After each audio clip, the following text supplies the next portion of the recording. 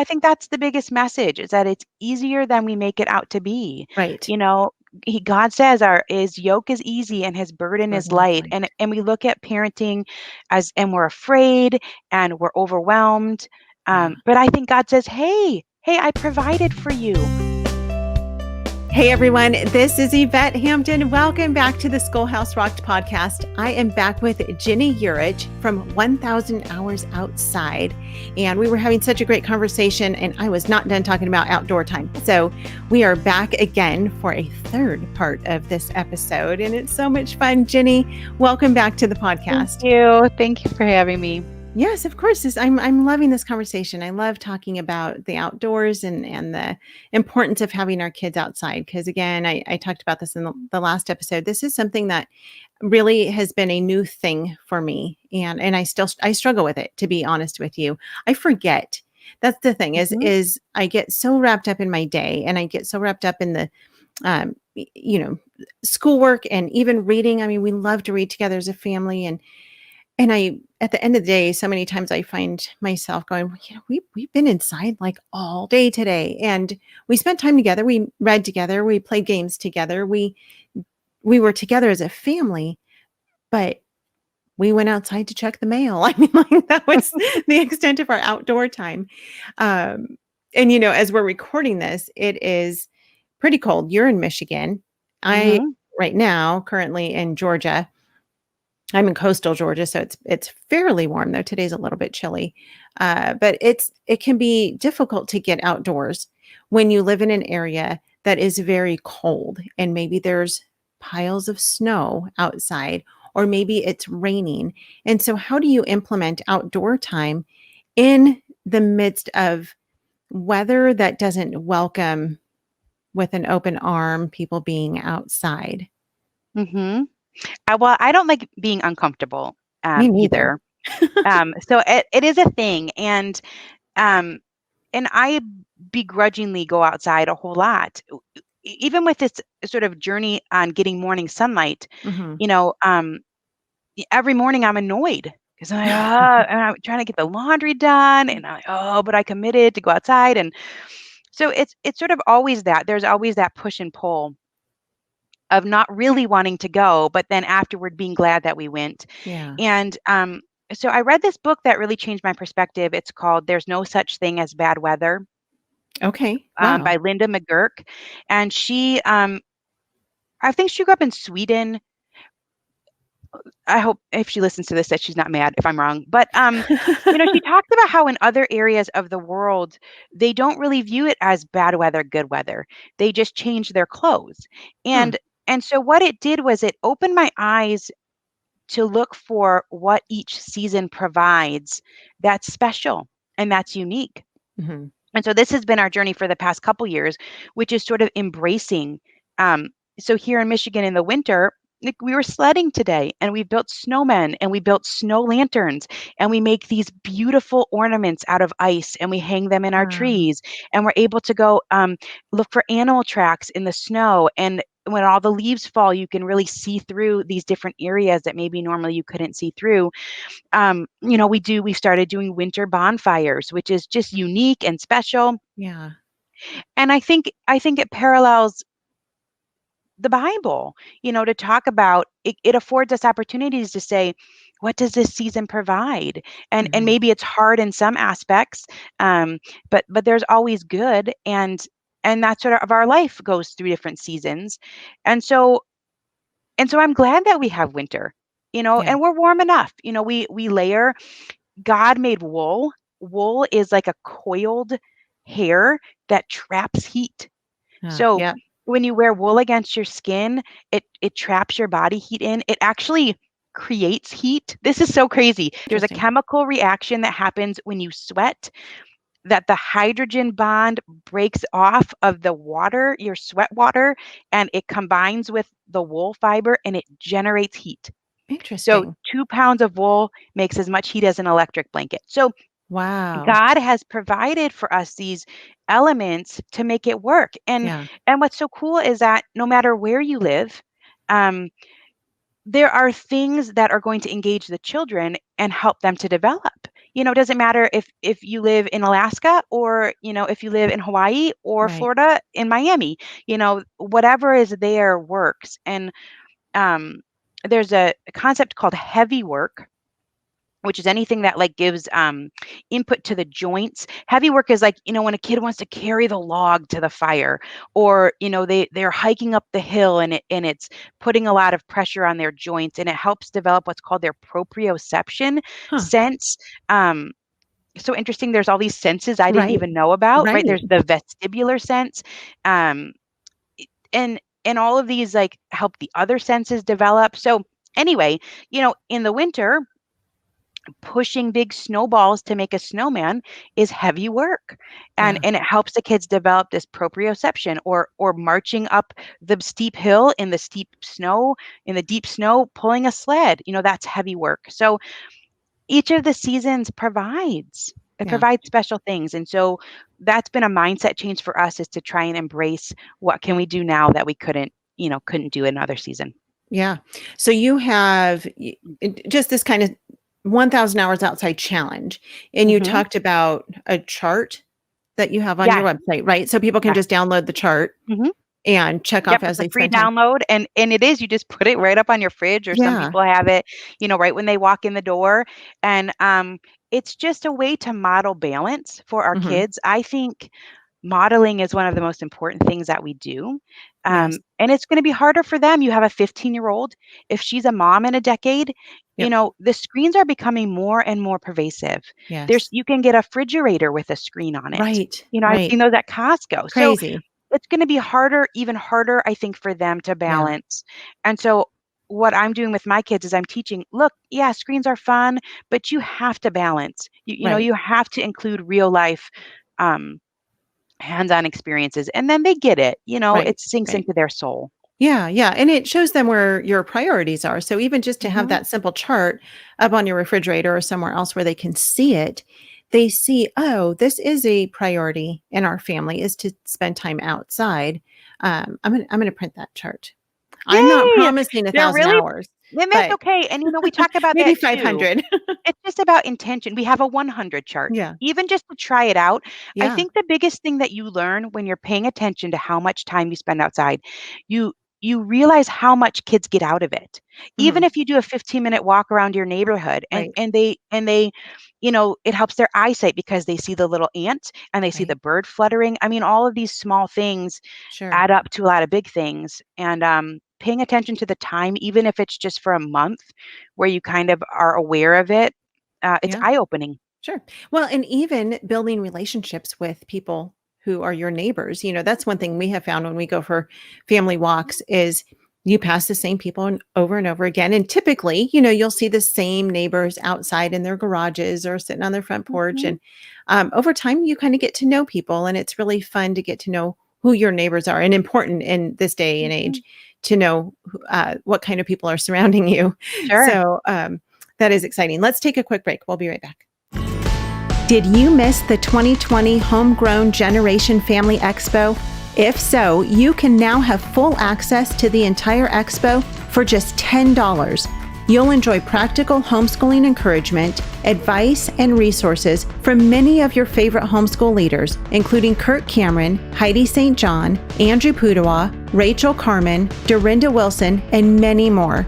Here are just a few of the testimonials from those who have enjoyed this online conference. Rachel said, "Best homeschool conference I have ever attended, filled my soul and definitely God-driven." Katie said, "This was absolutely amazing. I've been so encouraged and blessed. The one thing that stood out to me about each session is that every single one pointed us back to Jesus, back to Him who is faithful." And another homeschool mom said, "Thank you so much for all the value provided at this price. We are a big family with a super tight budget. My husband was encouraged, the boys listened in too. A relief to find this resource at such an affordable price with so much value. Register today for lifetime access to the entire conference for only $10 at homegrowngeneration.com. That's homegrowngeneration.com. We are back with Ginny Yurich talking about outdoors and the importance of outdoor play. So, talk really quickly about free play versus structured play. Well, free play is, anything that the child leads, the child directs, and structured play is anything that the adult directs. And I think that we're really heavy-handed on adult-directed activities. Hmm. I think school obviously is that, and I think even as homeschool parents, um, you know, we feel more comfortable when we can check the boxes and when we direct the activities. But when you look at how a child develops, especially in infancy, we're directing none of that. Yeah. And yet their instincts are driving them on. And I think that in time we run the risk of killing that Hmm. instinct if there's too much adult direction. And so, there's not a program out there that um, could help an infant learn to crawl. You Right. know, y- they have their own personal feedback loop and they learn from mastery. Hmm. They learn language, they master it in just a couple years. And the things that drive them to do that, those are the instincts that God gave them. Those do not go away. Right. And that leans a little more unschooling-ish. But over time, I have lessened adult direction and increased um, what what the child is pursuing. Like, so for example, if my kids are outside and they're playing some sort of a game that they created, I would normally have called them in and said, "Oh, it's 1 o'clock, it's math time." You Right. know, I don't do that anymore. I Mm. say, "Well, I can do math time after dinner." Right. Or um, and that's been a homeschooling sort of. I think everybody has those things where your Sure. homeschool morphs over time. The more that you learn, Yeah. there's a lot of value in what the child brings to the table. Yeah. Yeah. Because they know naturally what their Hmm. bodies want to do Hmm. and how they want to explore because God created them that way. So imagine Hmm. that. Yeah, it's um, easier. It's easier. yeah. I think that's the biggest message is that it's easier than we make it out to be. Right. You know, God says our his yoke is easy and his burden is Burden is light. light. And we look at parenting and we're afraid and we're overwhelmed. Yeah. But I think God says, hey, I provided for you. Yep. You take them out, take your books out, Yep. go sit on the picnic blanket and read your books and enjoy each other. Yeah. And, your kids are going to develop in the Yep. way that they're meant to develop. Yep. Yep. Love it. Okay. Last question. What are some stories? Because I know you've got some good stories of things that you've heard from people who have implemented your philosophy of spending 1,000 hours outside. What are some fun stories that you've heard? I get the feedback is the same. It's like every single person's feedback is the same. It's not me and it's not the program. It's God's creation, Hmm. is so powerful. And so I think the thing that people say most often that strikes me is they say, we would have missed these moments if Yeah. not for this journey. We would have missed. And I think that's the truth because when you're intentionally including this time, then you do have, and the experiences are so varied Right. from family to family and location to location, but there's still these beautiful, touching, memorable things that last with you for a lifetime. And I think because Yep. outside, it hits all of our senses, we tend to remember those outside things more. Hmm. So I remember as a child going to my great uncle's farm and there was no toys. And it was down in West Virginia. Um, but I loved it. There was kittens and we could fish and there were cows. And you remember that. And my mom would probably be sad, but like more than the museum. Right. I remember the simple, free things of camping with my dad. And, Hmm. at the church camp out, they did a father-daughter camping thing. And I remember all of that, Yeah. so much more than some of the other things. So, um, when we incorporate that, we're building these like foundational memory pillars, Yep. Yep. for our kids for a lifetime. Sure. And what a great thing for our kids to be able to be building those memories together, because Hmm. again, I mean, as siblings, once, when they're sitting around the Christmas table with their families, they're going to reminisce about the things that they did outside and remember that time we went camping and, mom dropped the tent on her head, or, whatever Sure, the fun sure. stories would be. Um, Yeah. our kids are Dorinda going to remember Wilson, those things. I was on her podcast a while back, and she was talking about how she learned in once her kids became adults that they had these like societies that they were Right. forming out in the woods, and they had a currency system, or she was kind of Nice. recounting that she didn't even know was happening, Yep. but then the kids themselves had formed these memories together. Yeah. Yeah. Yeah. So it's neat. Every time I'm on a podcast, actually, I hear people's stories about their own childhoods, Yep. and everyone has glowing memories about their outdoor experiences. Yeah. Unless they didn't have any like me. Sure, sure. But I have good I'm building good memories with my kids, Right. now of being Mhm. outdoors, and I'm loving it. So, wow, Jenny, you are such a blessing. Thank you for your time today. Thank you for your encouragement and your wisdom and all the knowledge that you have about the importance of spending time outdoors. I want to encourage your listeners, go to Jenny's website, 1000hoursoutside.com. And are the forms free? Are they just They're a free free. download? So along Okay. the top, it says trackers.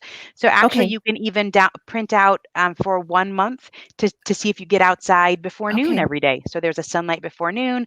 I don't know when your thing goes up, but we have an outdoor activity advent calendar. Oh, So fun. there's a lot of free little downloads on there Okay. that are encouraging and motivating. That is fantastic. We will, of course, put links to those things in the show notes. So check those out.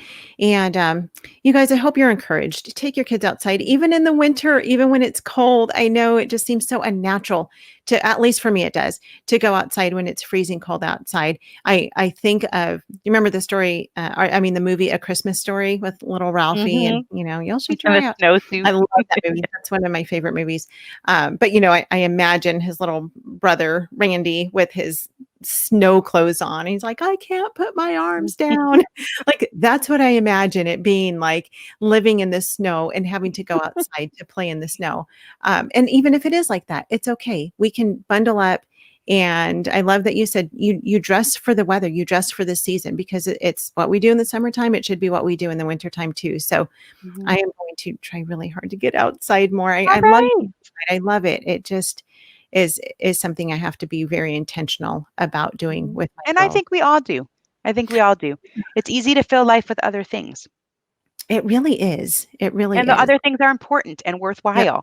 So Right. It's all we about all have balance. to be intentional. Yep, Mhm. yep. It's all about balance. It's all about figuring out what the most important things are each day, but balancing those things out so that you're getting kind of the best of everything, and giving your kids the best of everything that you can possibly give. We can't do it all. There's not enough time in Mhm. the day to do all the things that we want to do with our kids, but we can be intentional about doing some things each day with them. So Mhm.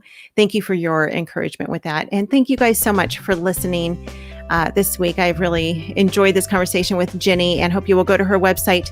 And once again, I know we've talked about this lots of times on the podcast, but please, please, please leave a review for the podcast. Go to, iTunes is the best way to do it. It's kind of a hassle to do that, I know, but we would love it if you would take the time to do that so people can learn about it. And we would love for you to also pray about just giving to the ministry of Schoolhouse Rocked.